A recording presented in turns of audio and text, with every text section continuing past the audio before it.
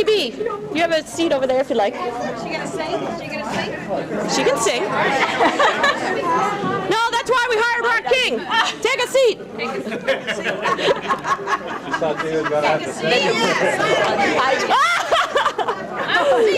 She's seating. All right, we've got a little speech, a little introduction. Ode to CB. Ode to CB. Here we go. Let Penny use the mic. Step up to the mic. Are you ready? This is an ode to CB. We've gathered together to celebrate a birthday for someone we think is great. Carolyn Byline or Mrs. B. Too bad you're 60, but c'est la vie. No time to complain or make a fuss. You're 60 years young to all of us. You know how to laugh and to have fun. Inspired as always by Myers Rum. Thanksgiving or Christmas or a sad rainy day. Your jokes and your cheer make the blues go away. Now, George, you've been there through thin and through thick. After all, CB's brothers are named Bob and Dick. And Nana, whenever a card game is called, you're ready to play, sure to beat us all. The kids, well, they've shared in enough family trips. And where him, well, we all know the ceiling still drips. But today's just to show you a little bit more. That is, just how much you're loved and adored. So play with the band, please dance and please sing. Enjoy your friends and, of course, Rocky King. As an ode to CB, happy 60 years young. Please raise your cups. This party's just begun.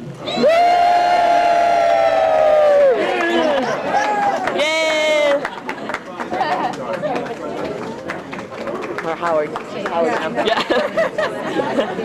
Right. Woo!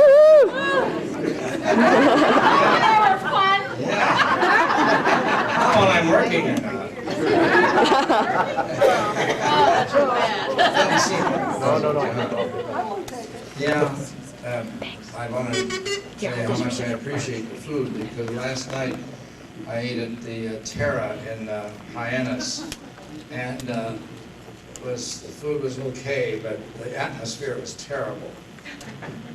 One of the waitresses caught a guy stealing her tips and ran a fork through his hand. I had to call the security and the assistant manager. They finally let the guy go, but boy, I bet he won't try that again.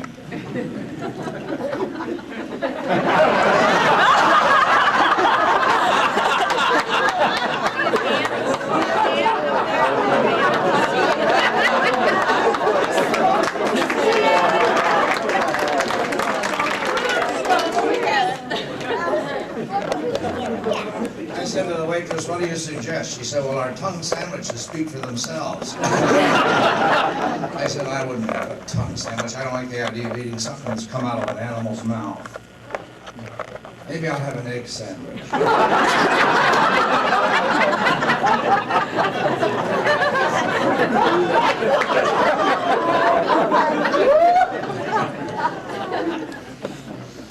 like the kooky kind of things. This little chicken went into the library.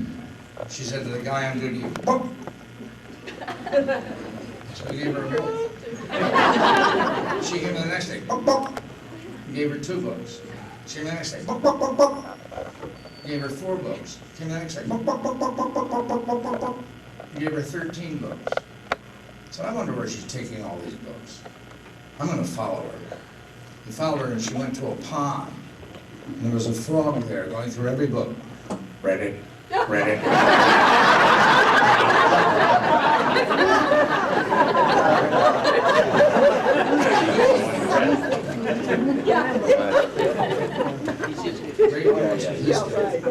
This is blasphemous. The guy went to Jesus and he said, I've been admiring the design of your garment. Who designed it? And Jesus said, I did. He said, I'm a clothing manufacturer, my name is Jake, and he said, I think if we formed an association, I think we could be quite successful. Jesus said, well, I'm not a businessman, but of course I do need funds for my work and for my disciples, food, clothing, and shelter. Perhaps we could associate ourselves in some way. And so they went into the business of Jake and Jesus. And they did okay, and they thought maybe they ought to turn around and they made it Jesus and Jake. That would be better.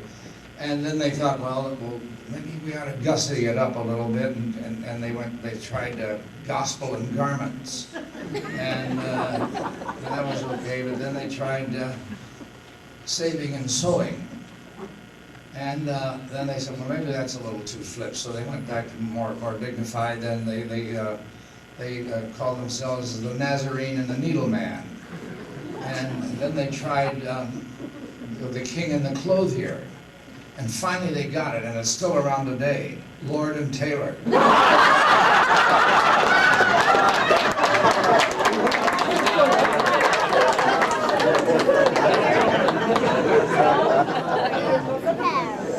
I go for the cookie? This guy, his car broke down, and he went to the nearby farmhouse. You ever heard this one before? Farmer said, you can use our phone to call the wrecker. And they called the wrecker, and they couldn't make it for 2.5 hours. The farmer said, well, we're about to have lunch. You're welcome to have lunch with us. He said, well, that's very hospitable of you. I hope I'm not a burden. He said, no, not at all. There's just one thing. My son doesn't have any ears. He can hear all right, but he doesn't have any ears, so he looks kind of different, if you don't mind overlooking that. And the guy said, oh, of course, I understand.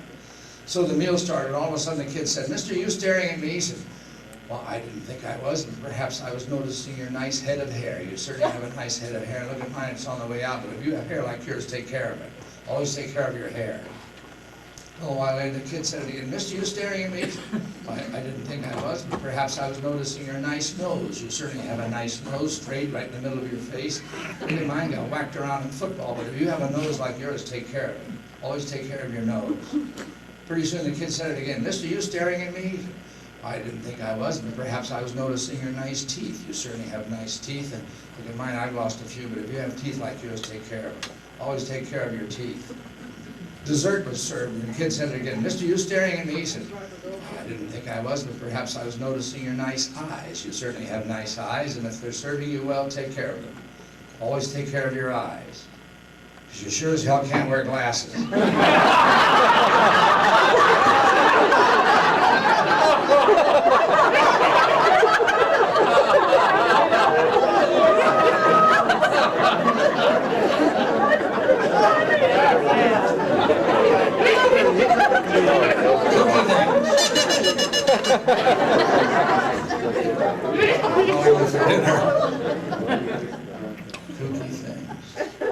This guy went to the optometrist. He said, I was thinking maybe I need glasses. Well, we'll find out right away. Sir, come over in the next room. And he came in the next room. He said, now, put your hand over your right eye and read the top line of that chart there. The guy goes, A,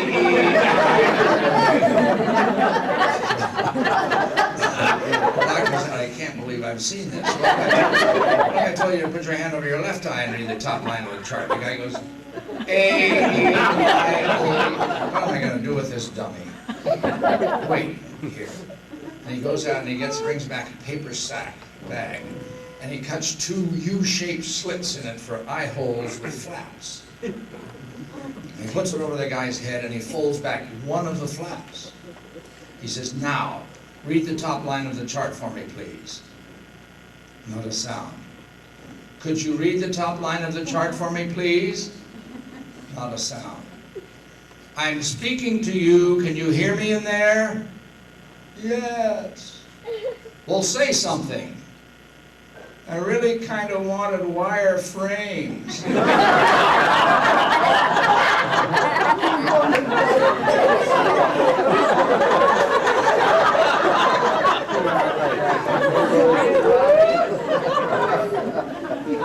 Cookie things. This guy had been out of college about 15 years, and he called up one of his classmates who was Jewish. He said, Bernie, I was thinking I ought to get circumcised for health reasons, but if it's painful, I don't want to do it. Could you tell me about it? And his classmate said, well, I was circumcised when I was 8 days old. It was a requirement of my religion, so I really don't remember whether it was painful or not.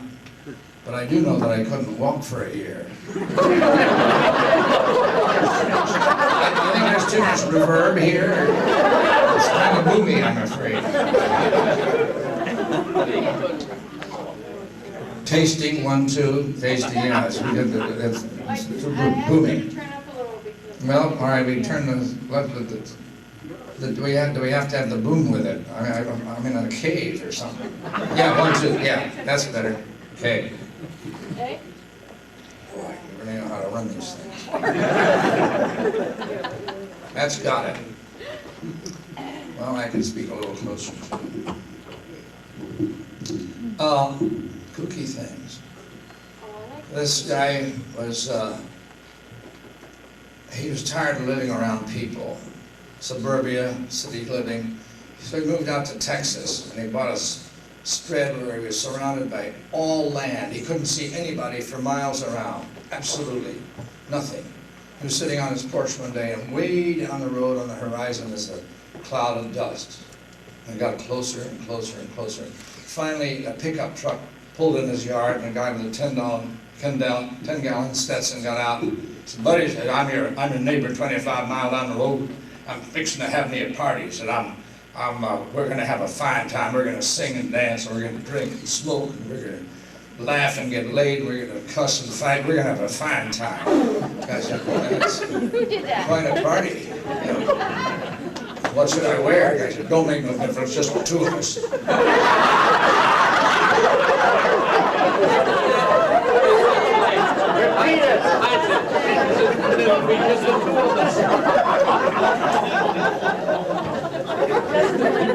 Crazy. Cookie thing.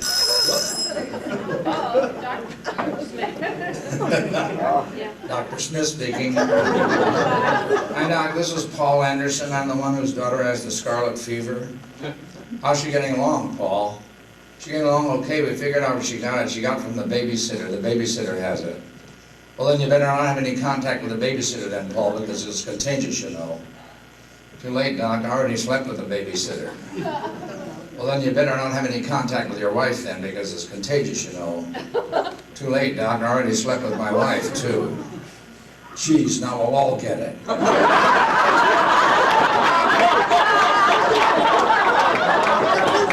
Kooky thing.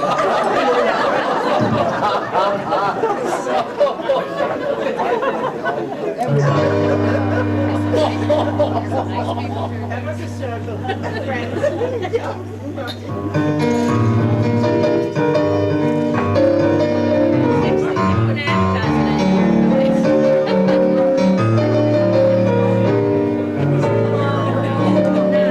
I hate to see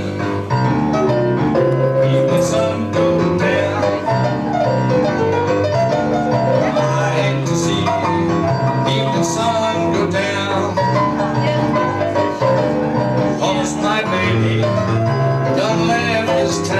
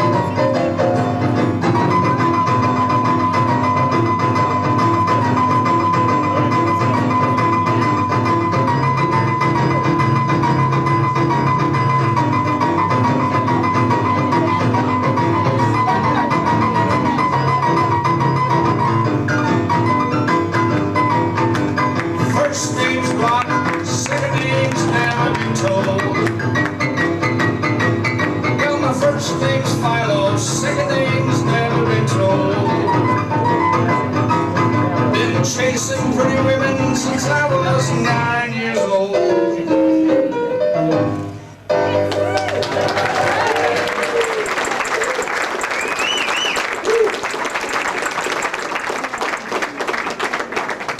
That's the boogie woogie. Yeah, I'll need some a little bit later on. Thanks for thinking of me. What'd you say, Bo? I said, have you got enough to drink there? I like to drink daiquiris. Daiquiri? They got lemon juice, sugar, and rum. Lemon juice gives you strength, sugar gives you energy, rum gives you ideas of what to do with your strength and energy. Now you know!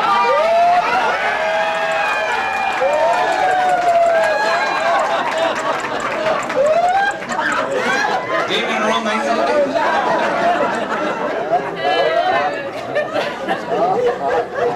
Oh, Mary laughed. Did I embarrass him? Embarrassed me. Didn't think I heard you, did you? Your ears like a rabbit. It's the only thing I've got like a rabbit.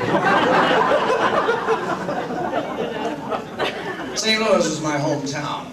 Actually, Webster Groves, Missouri. They erected a statue of a pigeon in the town square of Webster Groves. And the generals and admirals came from miles around to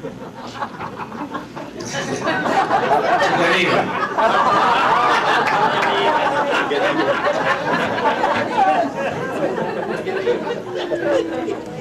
The 3rd Fleet, U.S. Navy, is steaming through the night. Yes, George, where are you? There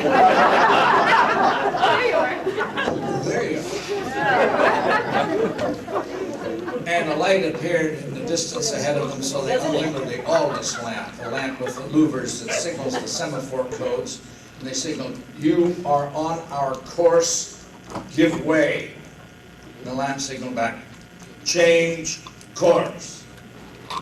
And the skipper said, "Who the hell does he think he is? He has just spent his last day in the Navy, I promise you. Maybe he didn't understand. You are on our course, give way." The lamp signaled back, "Change course." So let's get the Admiral up here. So they got the Admiral out of his quarters. He came up to the bridge. He says, "What the hell's going on here?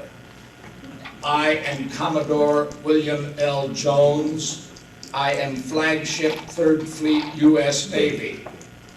And the lamp signaled back, "I am Seaman 3rd Class Leroy Jackson. I am a lighthouse."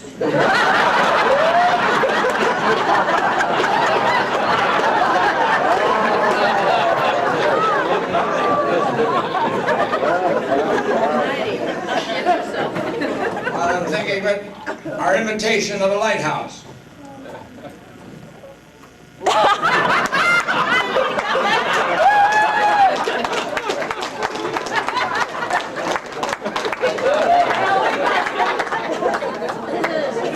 It's one of the turns I can make. I'm not fancy character. It's good. Now, I can't believe this. This is awesome. Schulverein presents a gale warning. Yes, who? Dr. Smith speaking. Hi, Gail. Listen, you gotta get out of the house. The wife's back in town. You've got about an hour to get out. I'm warning you. Bye. That's a gale warning. The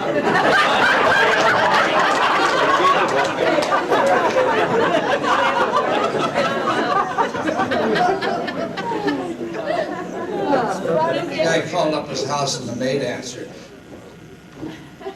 "Let me speak to my wife." "I don't know whether I can find her." "You find her. This is important. She's gone for a long time." "I found her. She's in bed with another man." Aha. Oh-ho. I suspected this. Listen, I want you to go into my study, I want you to get my gun, and I want you to go up and shoot them both. You understand? If you don't do that, I'm going to come back and kill you, so you better do what I say. Now, I'm gonna give you 5 minutes, I'm gonna call you back, see if you've done it. Get to work. She's terrified. She goes off to do what he says. Calls her back. Well, how did it go? Well, I went into your study and I got your gun and I went up to shoot them and they saw me with a gun and they jumped out the window and they ran down the roof and they jumped off onto the lawn and they ran across the lawn and I shot them as they ran across the lawn and they fell dead in the pool. Pool? What number is this?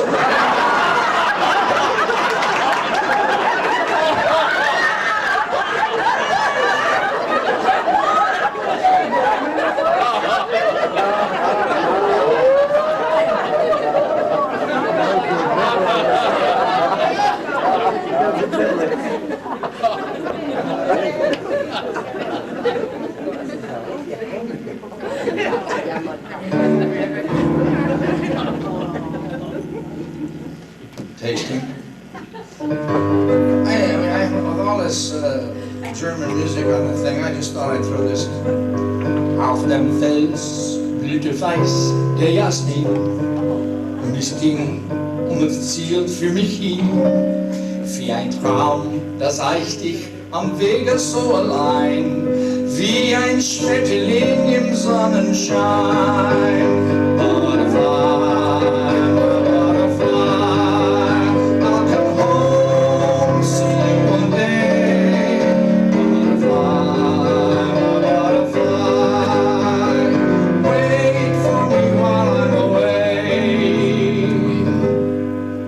Jedes Wort von mir klang wie Musik und ich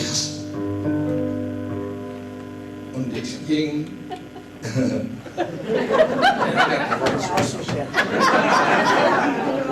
und ich ging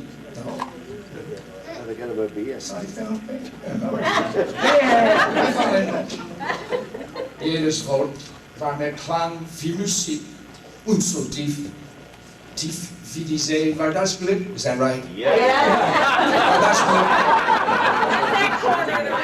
Eine Welt voll Poesie, die Zeit nicht für uns stehen. Doch der Abschied kommt, ich musste gehen.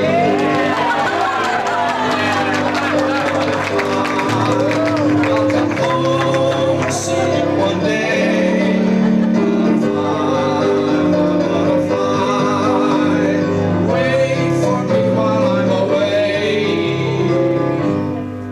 Still, nur der Wind singt ein Lied und ich seh, wie ein Vogel dort singt. Er fliegt hoch, hoch über mir ins Sonnenlicht hinein. Gerne möchte ich sein Begleiter sein.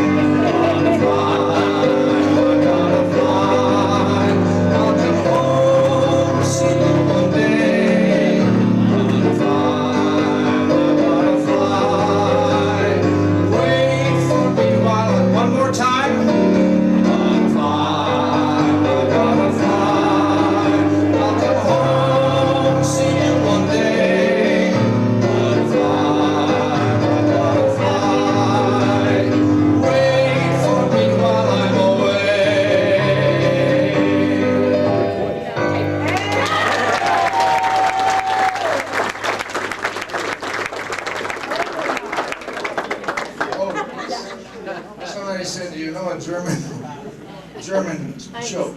I said, I'll try one. German joke. In World War II, and when I mention World War II, don't just stare at me. It was in all the papers. Look it up. It's one of your top 10 wars. Go ahead.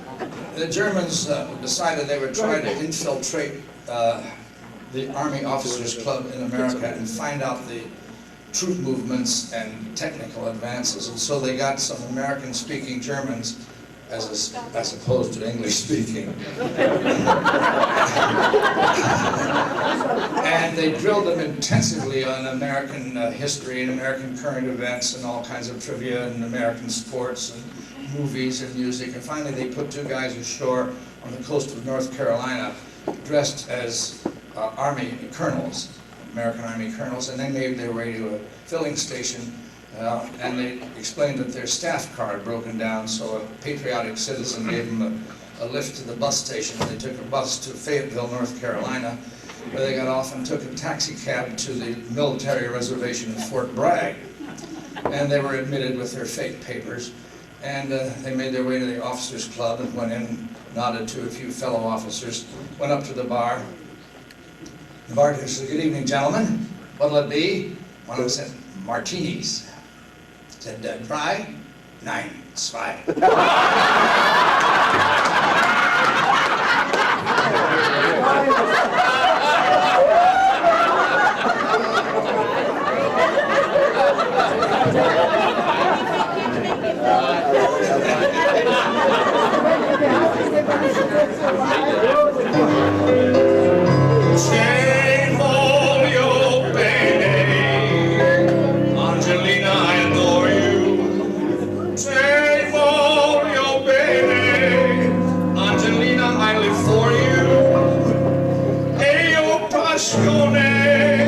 You have set my heart on fire, but Angelina never listens to my song. I eat ziti parmesan so that I can gaze upon Angelina. Angelina, the waitress at the pizzeria. I keep swimming in a strom just to be with her alone, Angelina.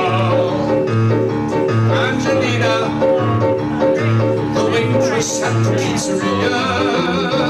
Te voglio bene, Angelina, I adore you. Te voglio bene, Angelina, I live for you.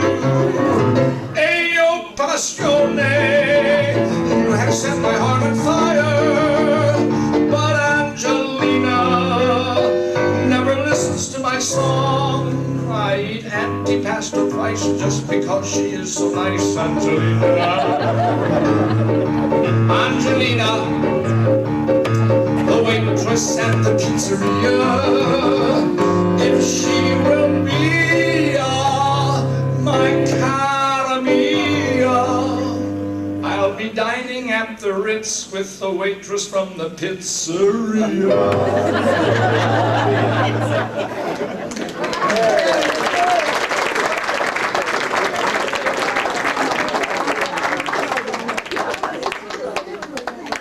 This fancy lady went into the Ritz-Carlton bar and asked for a scotch and soda.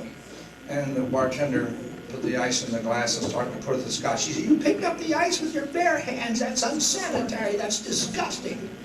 He said, "No, our hands are being washed all the time. There couldn't be cleaner. It's the nature of the job." She said, "I don't care. I don't like the idea of your picking up the ice with your bare hands." He said, "All right, I'll use these tongs."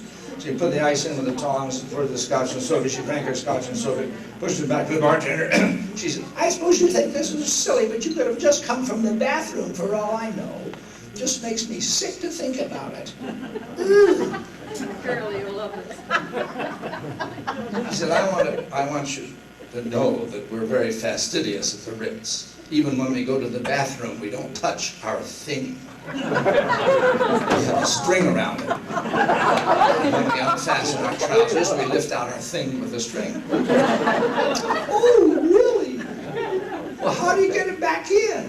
So we use these tongs.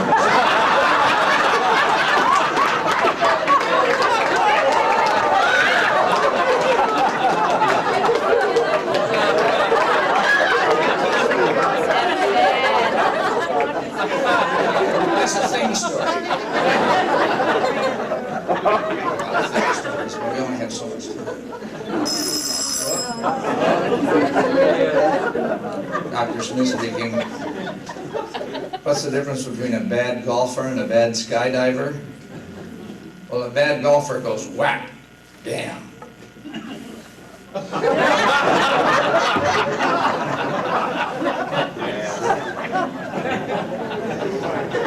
If you want to discuss it, that's all right.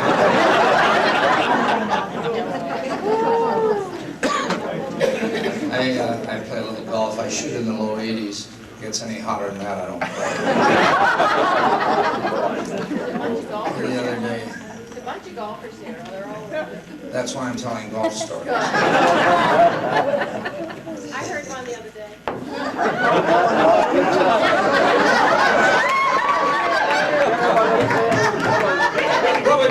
you or me.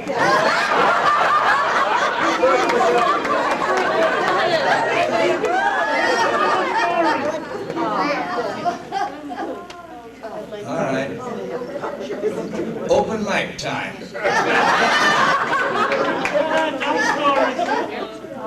No, go ahead. Tell me. It's killing you, isn't it? I've heard all yours.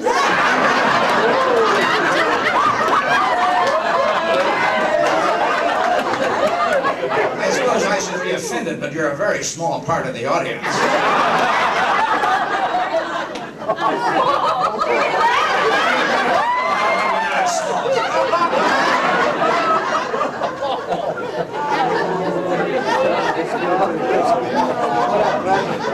Tell us your joke.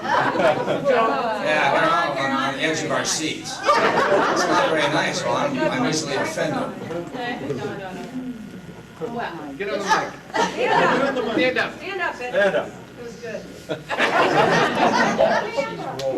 Yeah, you want to use this? Well, some people can't back of you can't No, hear they you. can hear me. This lady got stung by a bee on the golf course. Did you hear that? Can't hear you. Can't hear you. Go on. Walk to the mic.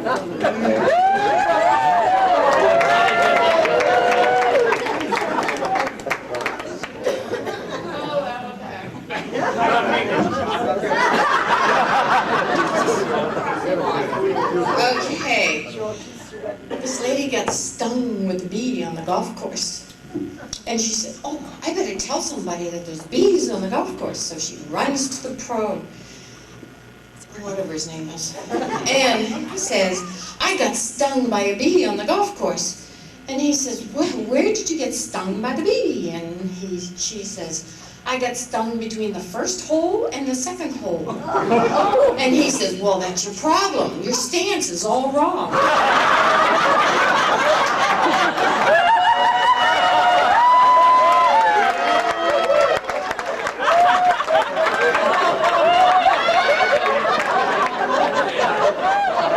Yeah, short intermission.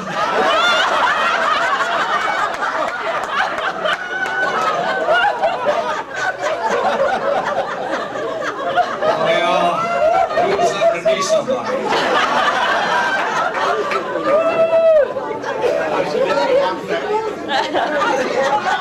Well, we have caddies in our club, and I had to tell this caddy, I said, stop looking at your watch. He said, it's a compass, sir.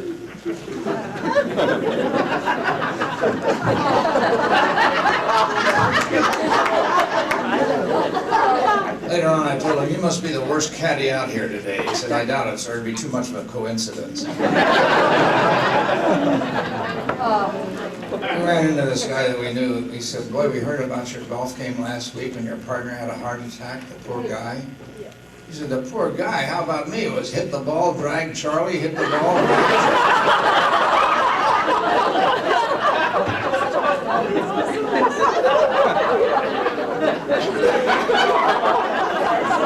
Oh, sick.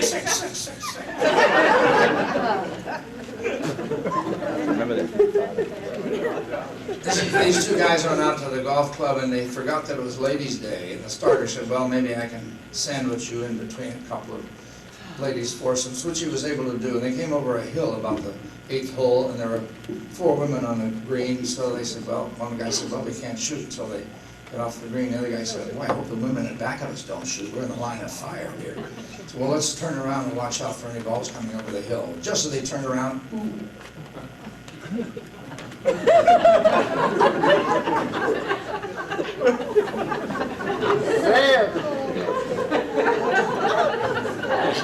pretty soon the women in the succeeding foursome came over the hill and they said, oh, this is terrible. We had no idea you were here. We're so sorry. This is awful. One of them said, I'm a nurse. Maybe I can help. And she unfastened his trousers and reached in and performed whatever therapy she thought would be useful. And she said, does that feel any better? I said, oh yeah, it certainly does. But boy, my thumb still kills me.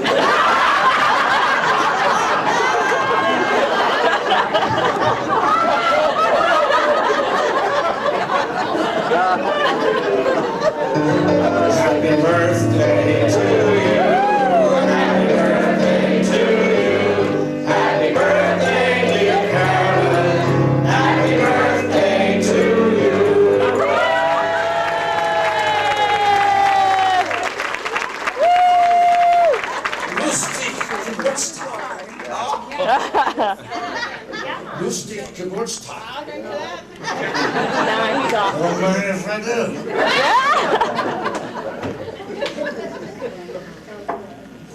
My birthday is in September. Just a couple of 10 days ago, and they gave me a great big cake with a sandbar with a candle for every year of my life. And I went to blow the candles out, and I couldn't get near the cake. The heat drove me back.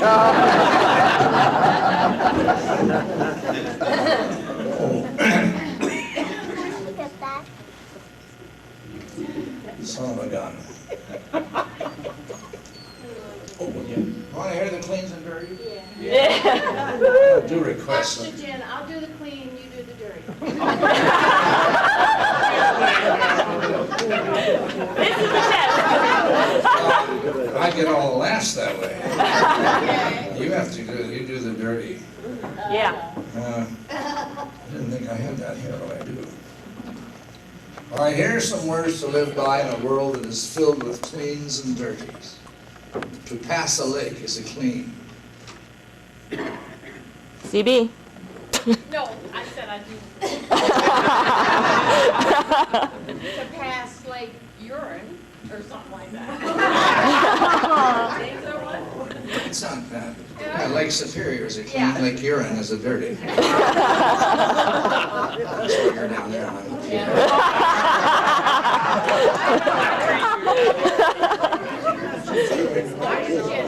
I don't know how I can get along without you, but I'd rather.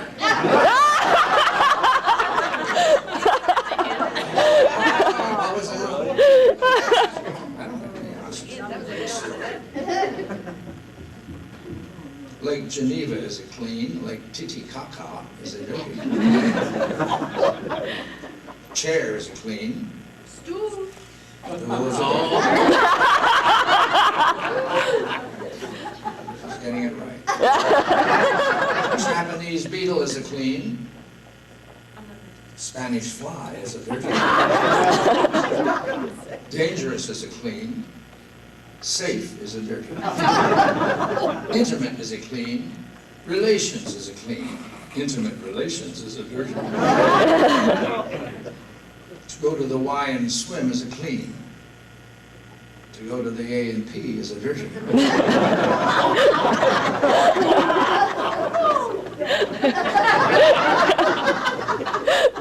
Saturn is a clean. Uranus, that's right. Uranus. Oxygen is a clean. Gas is a dirty. Hand is a clean. Finger is a dirty. Village well is a clean. Town pump.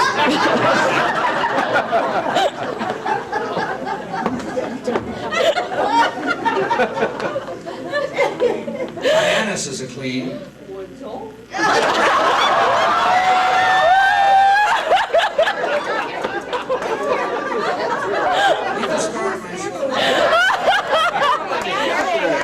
She's only seen you a few times.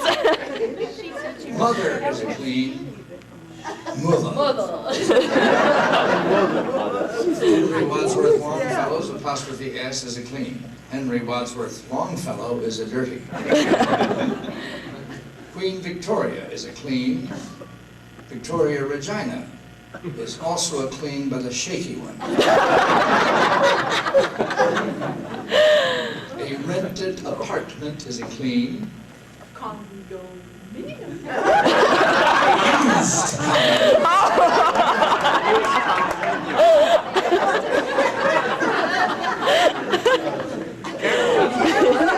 Well, for not rehearsing, I guess it's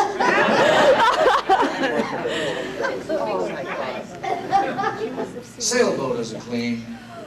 Forget. I knew you had that.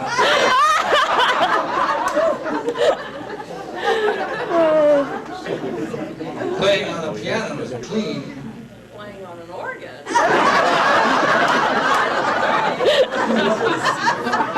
Same token, I'd rather have a lobster on my piano than a crab on my organ.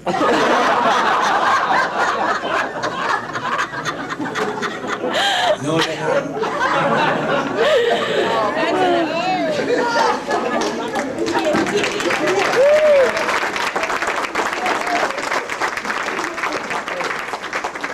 This lobster was making love to an oyster on the water's edge. And the fishermen were watching him. Finally, the lobster left the oyster and toddled down, and the surf disappeared. The fisherman went to the oyster and said, "Man, that's the strangest exhibition we've ever seen. A lobster making love to an oyster. What's it like?" She said, "Well, it's divine. First he puts his hand on my knee, and then he puts his hand on my thigh, and then he puts his hand on my hip, and then he puts his hand on my breast, and then, my God, my pearls." Like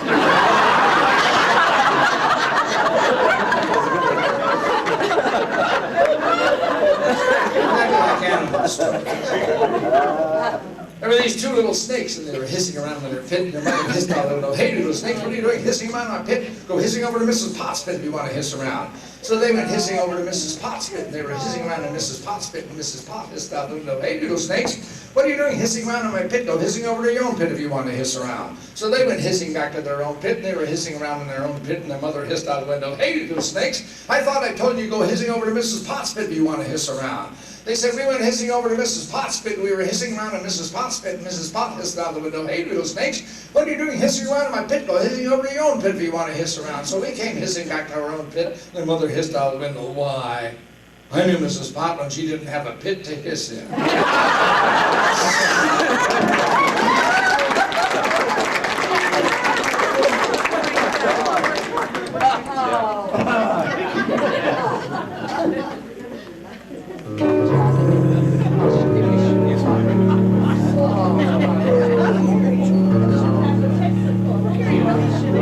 No more talk of darkness. Forget these wide-eyed fears. I'm here. Nothing can harm you. My words will warm and calm you. Let me be your freedom. Let daylight dry your tears. I'm here with you, beside you, hold you and to hide you. I'll say I love you every waking moment. Turn your head with talk of summertime. Say I need you with me now and always. Promise you that all I say is true. Love me, that's all I ask of you. Let me be your shelter. Let me be your light. You're safe. No one will find you. Your fears are far behind you. All you need is freedom. A world with no more night, and me always beside you, to hold you and to hide you. So say you'll share with me one love, one lifetime. Let me lead you from your solitude. Say you need me with you here beside you. Anywhere you go, let me go too. Love me, that's all I ask of you. Say you'll share with me one love, one lifetime. Say the word and I will carry you. Share each day with me, each night, each morning. Anywhere you go, let me go too. Love me, that's all I ask of you.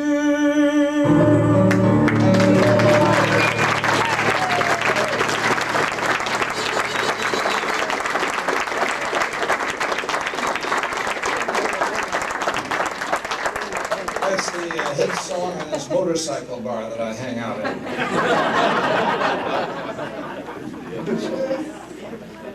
I don't know if you know it or not, but I did a show on Broadway, and I was arrested for indecent exposure. Policeman said, "What are you doing wandering around Times Square naked?" I said, well, I was at a cocktail party in Greenwich, Connecticut, and the hostess said, after the next drink, we turn off the lights, take off our clothes, and go to town, and I must be the first one here.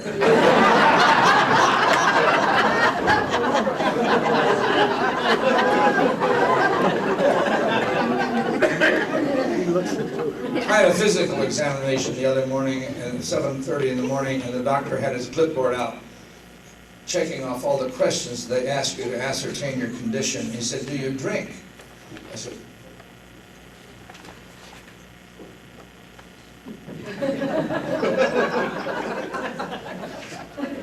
well, it's a little early, but I'll have a scotch and soda.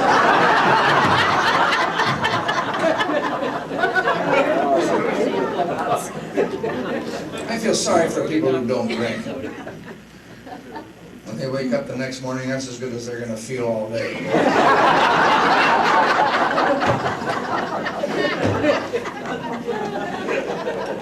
I woke up the other morning and the clock said 1:65. It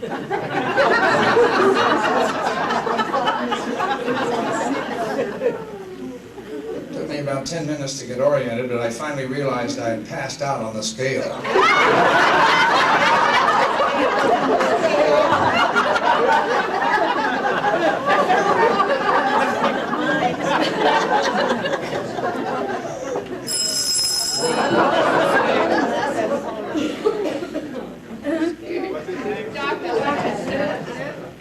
Rock King speaking. Yeah,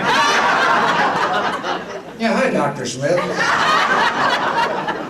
You know those pills that you prescribed for me that they give studs and stallions? Boy, they're beautiful. Yeah, they really work. Yeah, I ran 7 furlongs in a minute and a quarter. Hello? Saratoga Riles like that one.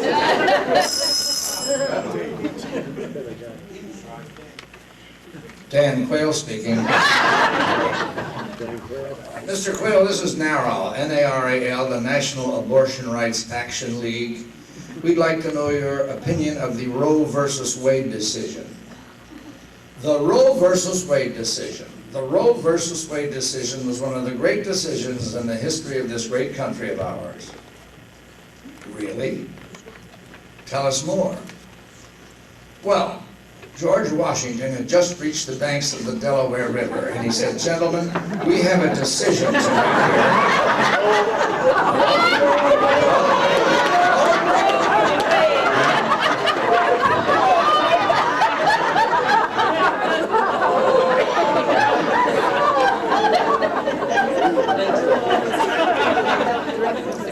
In the news today, 2 abortion bills were put on President Clinton's desk, and he paid them both. You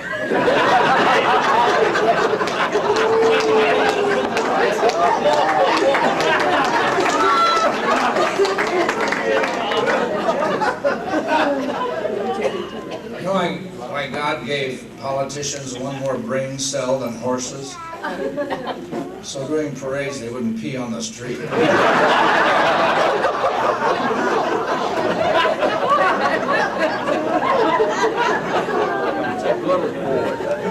This guy bought a horse at an auction, and the auctioneer said, you got the best horse here. A lot of people didn't bid on him because they were uneasy about his background. He was raised in a monastery.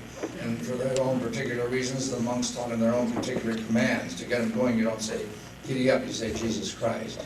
To stop him, you don't say, whoa, you say amen. The guy said, well, that's simple enough. He looks like a good horse. He said, I promise you, he certainly is. He's by far the best horse here. The guy put a saddle on him. He said, how you get him started? He said, you say, Jesus Christ. The guy said, Jesus Christ, and the horse takes off. Boy, does he go. He jumps over hedges and ditches and fences. He is a winged steed. And the guy is delighted. Finally, he's had enough. He says, whoa. He said, no, wait a minute. There's something religious. Bingo. Well, that doesn't work either. Now he's headed for a precipitous cliff. He's going to go off and lose his life. So he got his little prayer to commit his soul to heaven. He says, amen. And the horse stops right on the edge of the cliff. The guy looks over the cliff and says, Jesus Christ.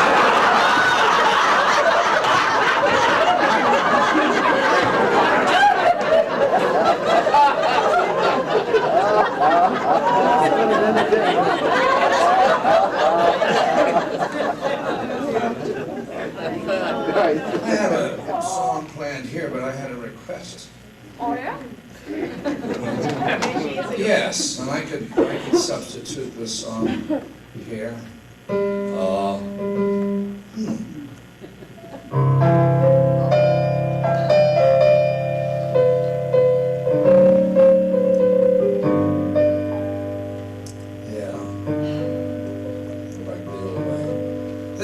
This is a kind of a nostalgic song called Old Dogs, Children, and Watermelon Wine.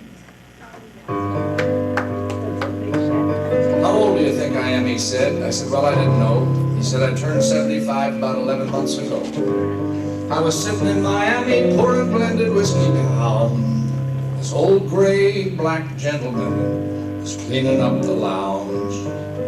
There wasn't anyone around except this old man and me. The guy who ran the bar was watching Ironsides on TV. Uninvited, he sat down and started pouring out his mind on old dogs and children and watermelon wine. Did you ever have a drink of watermelon wine, he asked, and he told me all about it, though I hadn't answered back. Ain't but three things in this world worth a solitary dime. It's old dogs and children and watermelon wine. He said, women think about themselves when men folk ain't around. Friends are hard to find when they discover that you're down. He said, I tried it all when I was young, in my natural prime. Now it's old dogs and children, watermelon wine. Old dogs care about you even when you make mistakes. God bless little children while they're still too young to hate. When he moved away, I found my pen and copied down that line about old dogs and children and watermelon wine.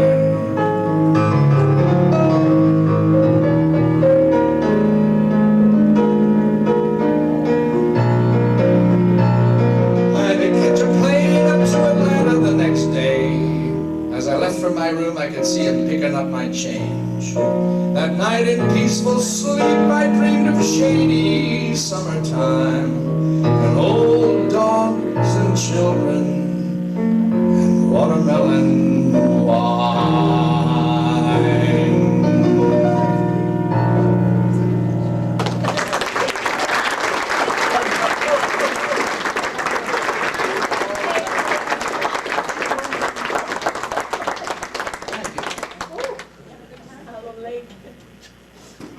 I think we can have a good time even though we are drinking, and there's nothing to stop me. I'll drink to that.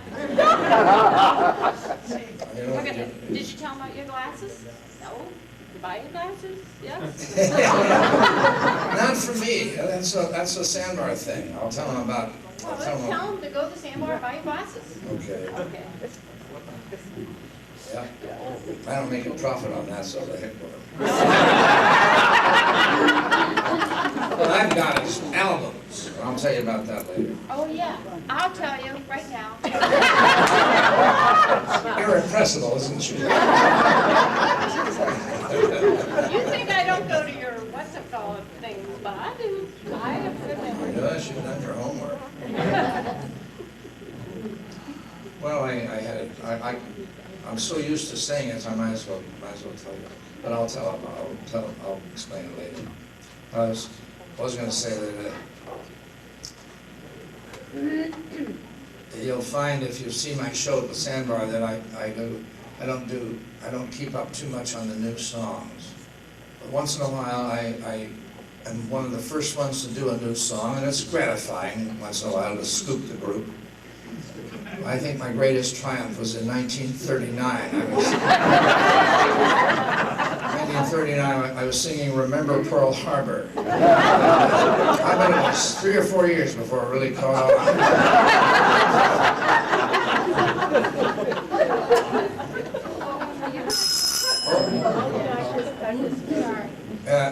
Could you hold it just a minute? I think I have a request from the audience. Yes, ma'am? Are you going to sing your song? My room? Yes. My room. Oh, my room. Yes, I'm fixing to do that one of these days. All right. Excuse me, we're keeping you waiting. I'm Dr. Smith. It must be Mabel. This is Rock King. This is Rock King, Doc. Have my lab reports come back yet? Yes, Rock, I've got some good news and some bad news. What do you want to tell me, Doc? Well, the bad news is you got AIDS. The good news is you got Alzheimer's disease, so you can forget it.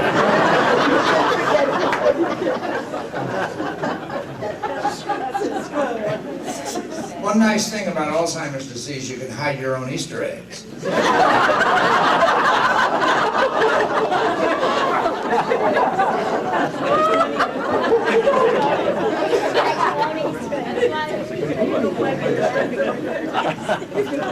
These three retired couples finished dinner at one of their homes, and the women went over to one side of the room and started talking about their grandchildren. The men went over the other side of the room, and they started talking about golf. One said, "Oh boy, don't talk to me about golf. I can't play any golf anymore. I count my back, my damn back." The guy said, "Listen, I found a doctor that fixed up my back in 45 minutes. I play all the golf I want to. My back doesn't bother me." I said, "No kidding. What was the guy's name? What was the doctor's name?" I said, "Doctor.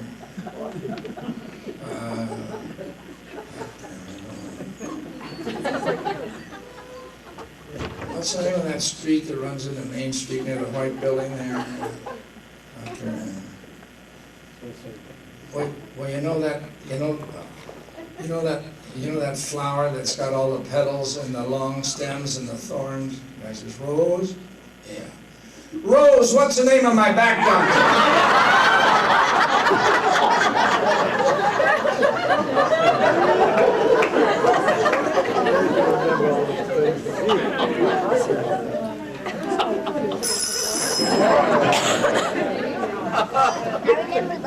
Dr. Smith speaking. "Doctor, I can't pee." "How old are you?"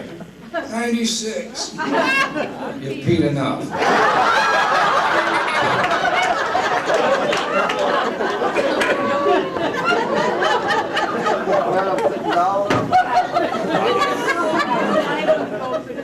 When my grandfather turned 96, his friends sent him over a hooker, and she appeared at his door with nothing on but a fur coat. That's all she had on. He opened the door, and when she opened the coat, said, "Super sex." "I better take the soup."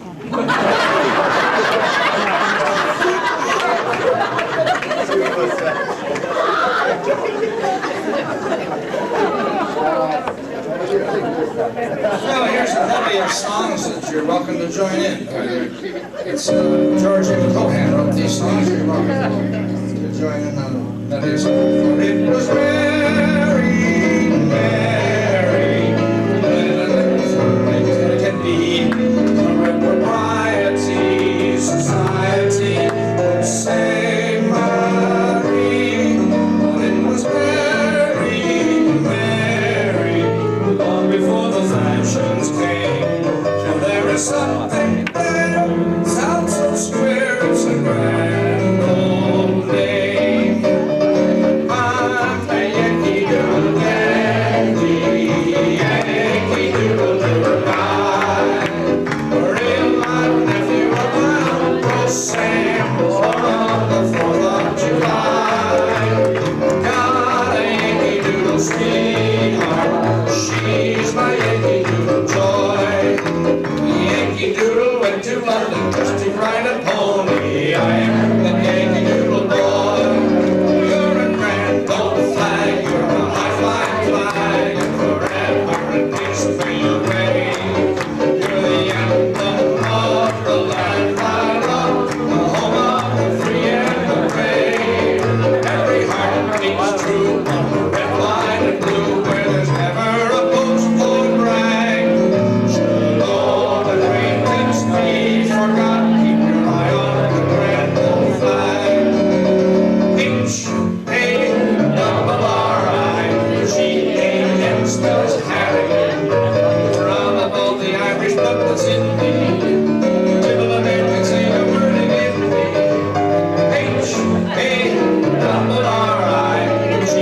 H-A-R-R-I-G-A-N-U-C. It's a name that the shame never has been connected with Harrigan. That's me. With my regards to Broadway, and the Herald Square. Hello. second, I will soon be there.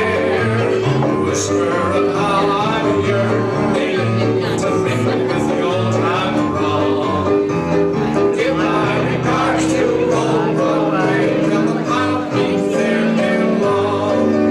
Every heart beats true on the red, white, and blue, where there's never a ghost won't hang. So go away, taste me, for I keep your eye on the red gold flag. Cha-cha-cha. Julie, what do you want?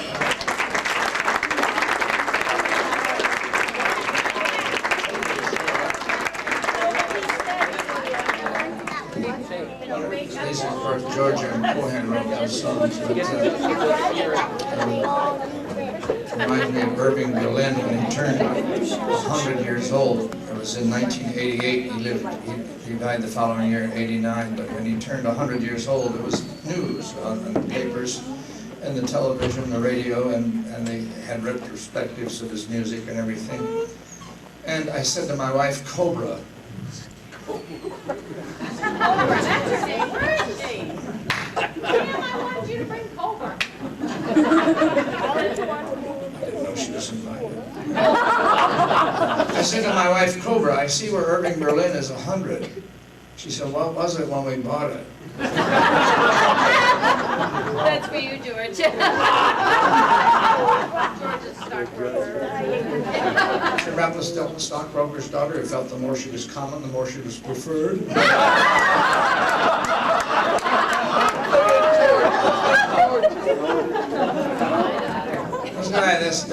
The Sheikh of Araby, Sheikh wanted to invest in America, so he engaged an investment counselor named Sam Regardway. And Sam Regardway made a lot of prudent investments, and the Sheikh said, I want to reward you. He said, that's not necessary. I have charged a commission for this, and that's all I expect. He said, well, I am an old man. One of these days I'll be gone. Surely there must be something among my possessions that you have noted and covet. He said, well, I like some of the cuties in your harem, I'll tell you that. He said, I'll remember that. Shortly afterward he died, and they read the will and said, give my broads to Regardway. Don't you hate yourself for laughing at that one?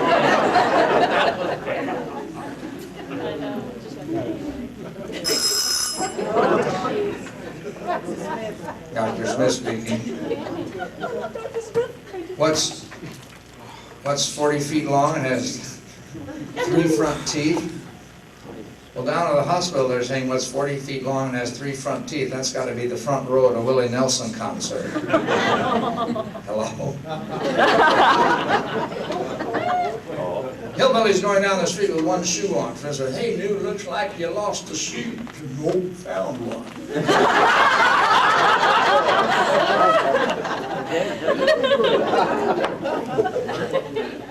A Texan is visiting a Vermonter on his farm. Texan says, where's your land extend to, friend? Vermonter said, hey, start over there about that pile of rock. Come down about 5 miles, a pine tree. Come down from that pine tree along that ridge, about 7.5 miles. Come back along that ridge, a pile of edge of the rod.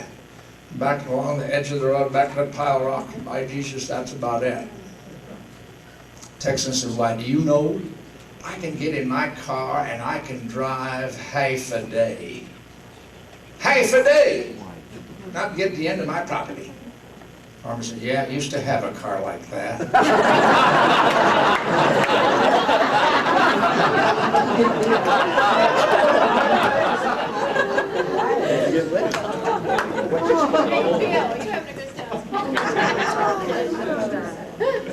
Sarah Chisholm was a schoolma'am up to Damariscotta, Maine. Oh my God. About one Friday a month when her teaching chores were over, she'd get on Kittery Local, go down to Portland, change trains in Portland, take the Boston Main into Boston.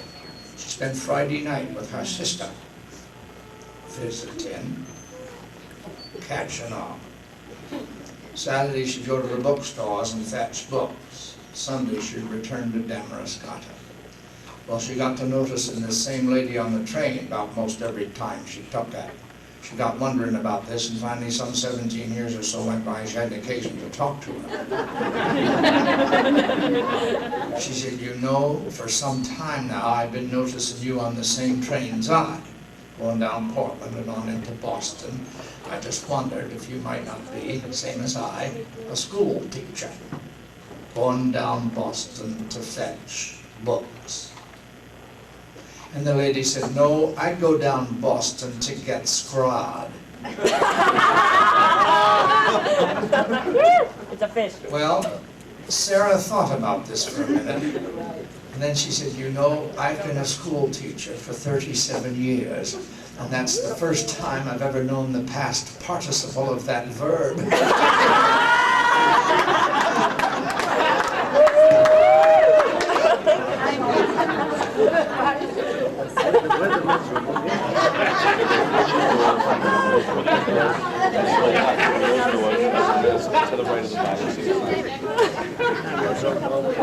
This Texan was a civil engineer, and he was assigned to the Interstate Highway Program in Vermont, Interstate 91. And he was quartered in this little town in the Northeast Kingdom, so-called.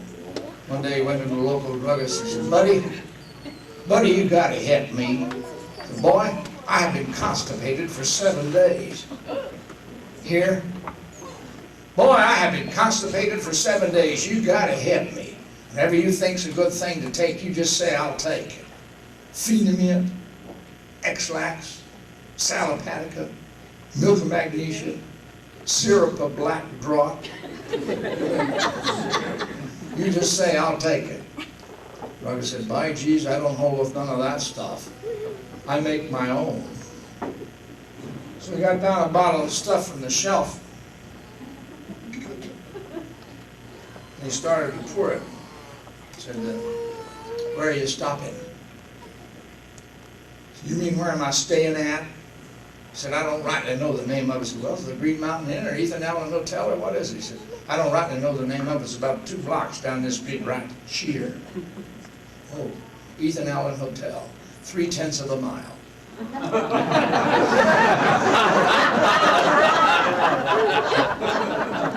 Going right home?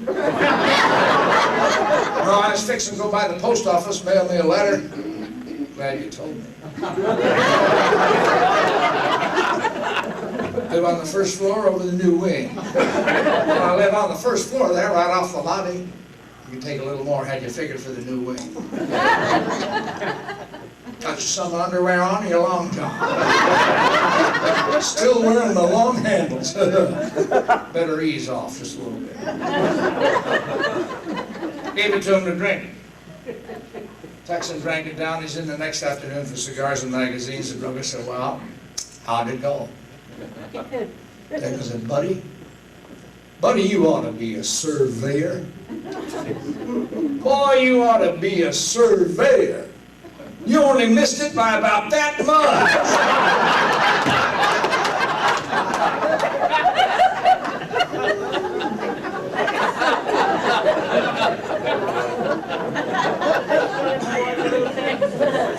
One more country story. The country couple was at the county fair watching the results of the bull judging. The announcer brought out the first bull. He said, ladies and gentlemen, this bull won 3rd prize here today. Not only is he a beautiful specimen, but he services 3 cows a week. The old lady says to her man, hear that, Pa? Bring out the next bull. Ladies and gentlemen, this bull won 2nd prize here today. Not only is he a beautiful specimen, but he services 4 cows a week. The old lady says to her man, hear that, Pa? Brings out the 3rd bull. Ladies and gentlemen, here he is, the 1st prize winner of the fair today. Not only the most beautiful specimen of bovinity here, but he services 5 cows a week. The old lady says to her man, hear that, Pa? The old man says, say, Mr. Announcer. Yes, sir. Is that always the same cow? Of course not, sir. Hear that, Ma?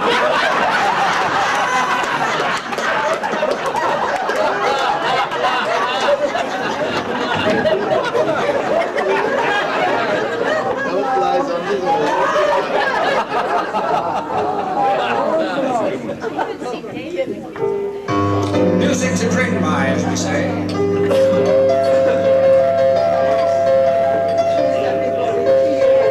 He was a famous trumpet man from out Chicago way.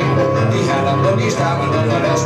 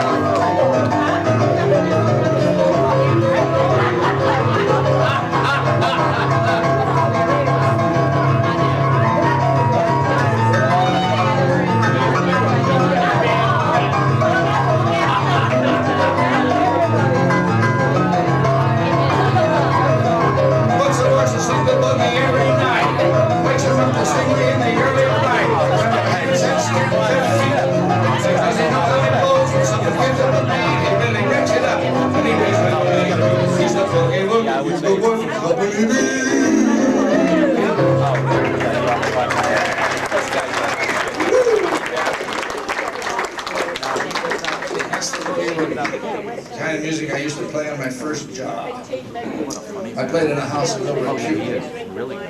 Probably think I'm bragging when I tell you this, but people used to stop what they were doing and listen. Does he belong to the club? Big fat guy came to visit us one night. He took the gal up in this room, the room, and he took his clothes off, and she said, "Good heavens, why don't you dye it?" He said, "Oh Lord, what color is it now?"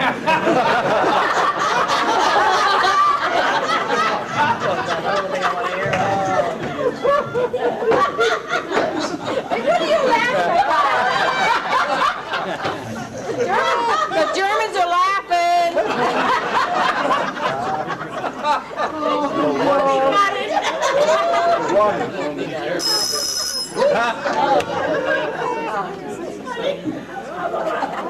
It reminds me of this one, Dr. Smith speaking. Doc, this is Rock King. I got a notice from your hospital that I'm eligible for the Dicky-Doo Club. What's the Dicky-Doo Club, Doc? Rock, that's when your tummies stick out farther than your Dicky-Doo.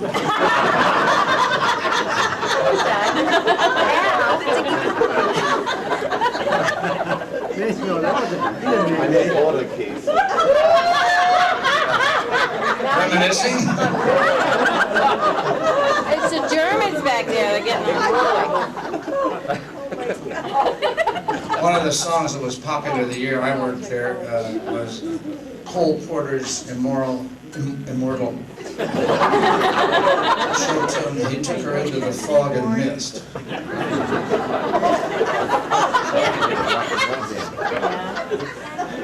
And this isn't it. Oh, darn! This is a song I wrote myself called My Room. Oh, I like that. I wrote this song before the well of creativity dried up. I'd like to sing it now because it is next.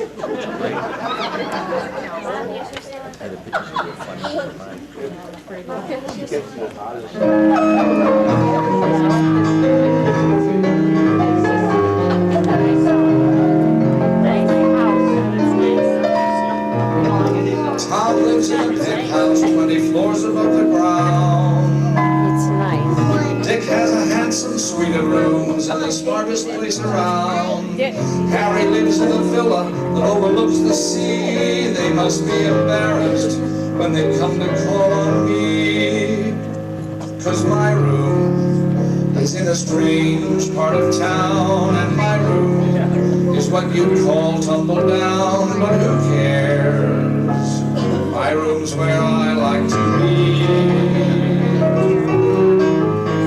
My room may have no lock on the door, and my room may have no rug on the floor, but who cares? My room is heaven to me. You don't need a penthouse if you've got a dream. Here in my low rent house, I'm richer than I seem, and my room just has a table and chair, but my room is like a castle in air, 'cause my room is where I dream of you. You don't need a penthouse if you've got a dream.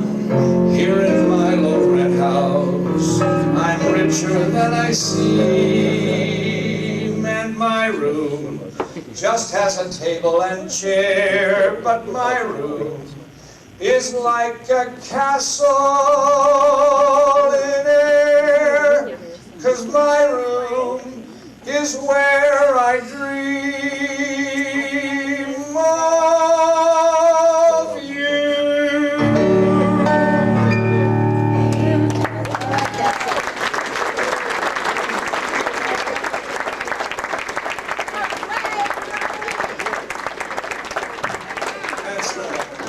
I have 5 albums, and that song, that's the title song, one of the albums. The first 2 albums have comedy on one side and the music on the other, and that song is on the music side. Third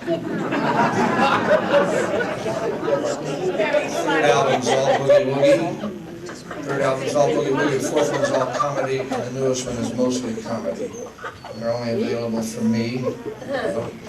And I also have a video, which is 45 minutes of comedy. I also play private parties. And, if any of you are country clubs or anything like that, I particularly country clubs and that sort of thing, business meetings. I have a brochure and so forth and so forth. Any of you, and I'm going to Florida this year. Last year, for the first time, a lady asked me if I'd like to do a party in Jupiter, Florida. And I said yes, and after we firmed it up, I sent out about 300 letters, and I ended up with 8 more parties, some given by individuals, some given by clubs. And so it was such a successful trip that I'm going back again this year, in the last 3 weeks of February, first 2 weeks of March. If any of you have any Florida connections that you think would be interested in having some of this kind of show, why, I can give you some material about prices and when I'll be down there, and a brochure you can give to your entertainment chairman or whatever. I played a party for President Ford in Vail, Colorado. That's true. I know what you're thinking. No way. In fact, it's in the brochure, there's a picture. After the entertainment was over, President Ford took me aside and left me there.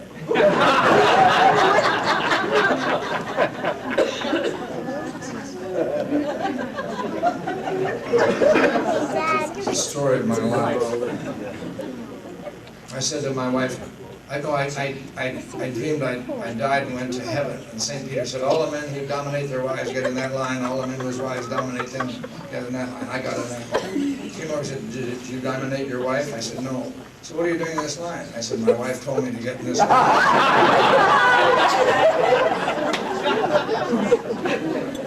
I've got a wife in a furnace. I watch one, the other goes out. Came home, my wife was in bed with a midget. I said, I thought you'd quit cheating on me. She's on tapering off. I said to my wife, why don't you tell me when you're having an orgasm? She said, you're never there.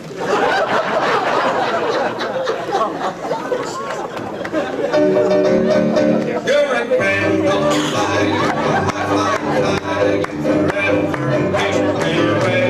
You're the emblem of the land I love, the home of the free and the brave. Every heart beats to the red, white, and blue, where there's never a post or land. Oh, the claim is me for We found a game to play. grand old flag. I don't know, I want to find out from my employers. One thing I didn't do was Cinderella. I don't know whether you... I like Cinderella. You're gone.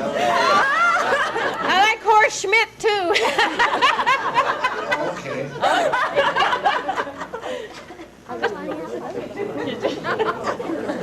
For my encore, then.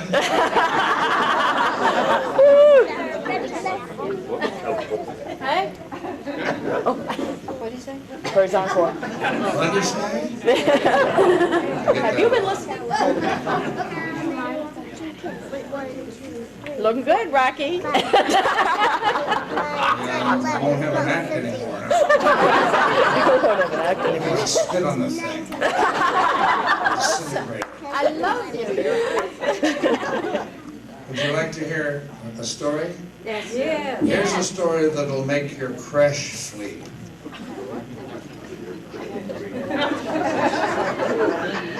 What did he say? Yeah. Here's a story that'll make your creesh flap. Oh. Here's a story that'll give you poos gimples. Pimples. This is a story for Feebolk and Wigger Toople Peep. Oh. That's wee folk and bigger people too. Oh. It's a story of Cinderella, who lived in a hig bark house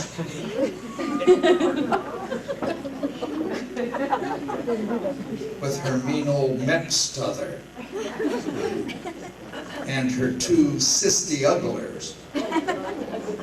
They made Cinderella do all the wordy-dirt while they sat around cheating chocolates. Eating chocolates? No, that's chalking eelets. And magging reed-disease. One day when Cinderella was in the kitchen flopping the more,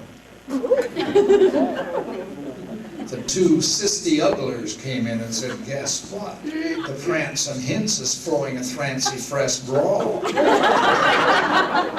We're invited, but you can't go." So Cinderella went back into the kitchen with ears in her ties.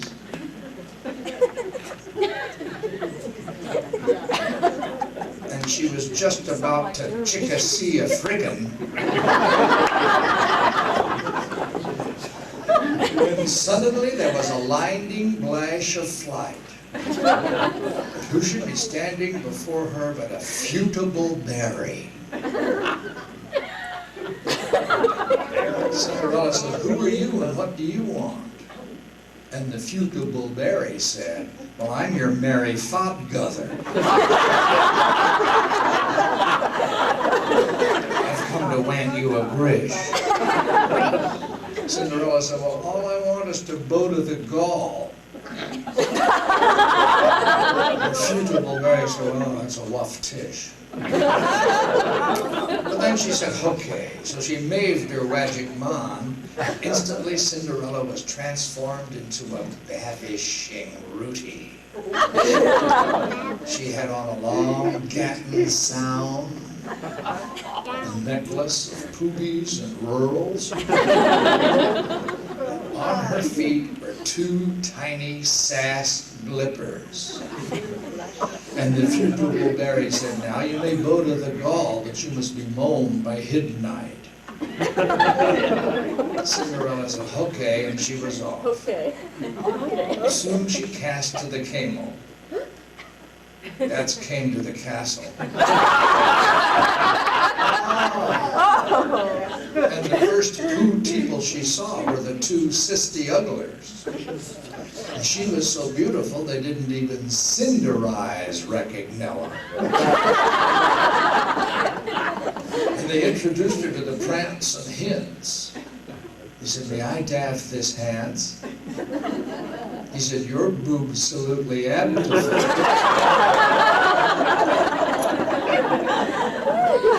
He said, "You're even lovelier than beeping Slooty." And he was just about to ask for her mare in handage, when suddenly the strop clarted the trike 12, and Cinderella banned from the roll. But as she did, one of the sass glippers flipped from her soot. And the Prance and Hints picked it up, and he said, "If I can find the woman whose soot this flipper sits, I'll know with whom I've lollen in fove." So the next morning, he went from house to house. And you can't turn that around.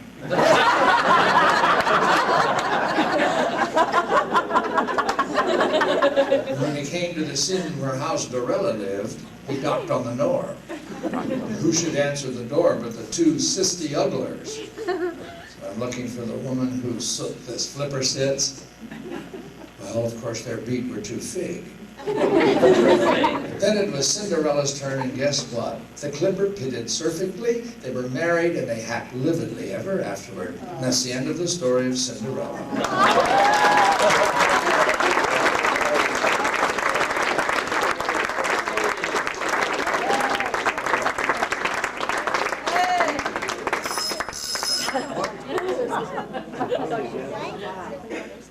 Schmidt Fertilizer Company. Oh, yes.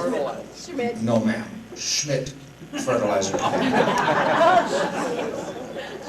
No, ma'am. Mr. Schmidt is down in the shed shipping fertilizer. No, ma'am. Mr. Schmidt is down in the shed shipping fertilizer. No, his son isn't here either. Nora Schmidt? No, ma'am. Horace Schmidt. No, ma'am. Both of the Schmidts are down in the shed shipping fertilizer. The other son, oh, he's a lieutenant in the Army now. You mean Chicken Schmidt? Chicken Schmidt, ma'am. The old man, oh, he's retired. Old Bull Schmidt is no longer active. Oh, man, Mr. Schmidt and Horace Schmidt are down in the shed shipping fertilizer. Well, the word piled up on them, I guess. No, ma'am, my name's Dwight Farquhar. No, ma'am, shipping fertilizer. No, let me spell it out for you. No, spell it out. Spell. No, Dwight Farquhar. No, ma'am, shipping. No, S and H are consonants. I is a vowel. Vowel. Then you have a P. Then you have a P again. No, ma'am, PP. Same to you, you old bat. Call what's your language? I don't have to listen to that kind of stuff.